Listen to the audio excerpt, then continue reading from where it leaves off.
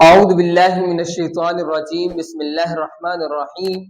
آج ہم پڑھیں گے سورۃ الاخلاص کو تجوید کے ساتھ۔ یہ سورۃ الاخلاص کو تجوید سے کیسے پڑھا جاتا ہے آج ہم سیکھیں گے، اور لہجے سے پڑھنا بھی سیکھیں گے۔ نمبر 1 پہلی آیات ہے۔ اس آیت میں آپ دیکھ رہے ہیں قاف موٹے حروف میں سے ہے، یہاں پہ کھڑی حرکات ہے، کھڑی حرکات کو ایک الف کے برابر لمبا کیا جاتا ہے، اور یہاں پہ قلقلہ ہے، آواز واپس لوٹے گی۔ آپ کیسے پڑھیں گے؟ قل هو اللہ احد، قل هو اللہ احد، احد احد، ہا کو واضح کرنا ہے۔ احد کریں گے معنی تبدیل ہو جائے گا، لحن جلی ہوگا، تو آپ نے ہا کو واضح پڑھنا ہے، احد۔ آگے ہے کھڑی حرکات، اس کو ایک الف کے برابر کھینچیں گے، اور اس کے بعد صاد موٹے حروف میں سے ہے، اور آگے دال پہ یہ حروف قلقلہ میں سے ہے۔ ہم نے پڑھا تھا کہ جب بھی حروف قلقلہ پر وقف ہوگا یا اس کے اوپر ساکن ہوگا تو وہاں پہ آواز واپس لوٹے گی، قلقلہ ہوگا۔ تو یہاں پہ قلقلہ ہوگا، کیسے پڑھیں گے؟ اللہ الصمد، اللہ الصمد، صمد، صاد۔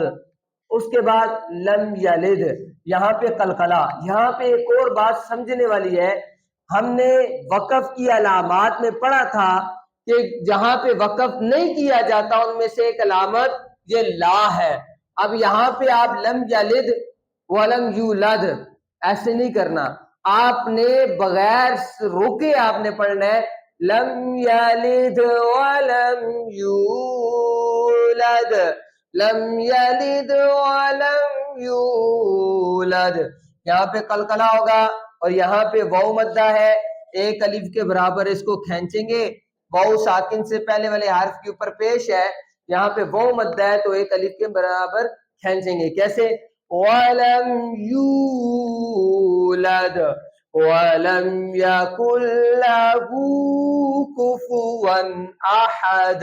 یہاں پہ کھڑی حرکات میں سے الٹا پیش ہے، ایک الف کے برابر کھینچیں گے، اور یہاں پہ تنوین کے بعد حروف حلقی میں سے حمزہ آ گیا ہے، یہاں پہ اظہار ہوگا، آواز کو ناک میں نہیں لے جانا۔ بعض یہاں پہ غلطی کیا کرتے ہیں، آواز کو ناک میں لے جاتے ہیں، کفواً احد یا کفواً احد، نہ غنہ ہوگا نہ اخفاء ہوگا، بلکہ یہاں پہ اظہار ہوگا، یعنی آواز کو ظاہر کریں گے، آواز کو چھپانا نہیں ہے، آواز کو ناک میں لے جانا نہیں ہے، اور لمبا بھی نہیں کرنا۔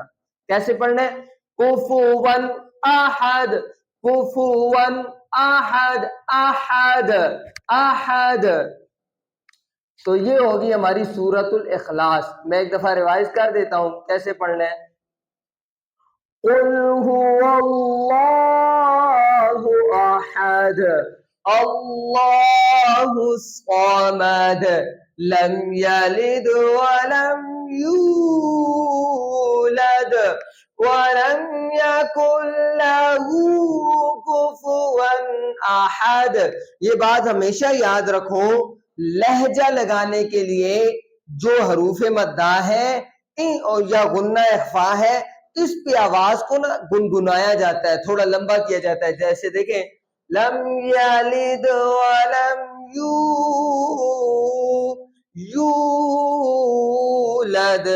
لم یلد ولم یولد ولم یکن لہ ولم یکن لہ کفوا احد۔ تو یہ ہے سورۃ الاخلاص۔ اس کو صحیح تجوید سے پڑھنے کا یہ طریقہ ہے۔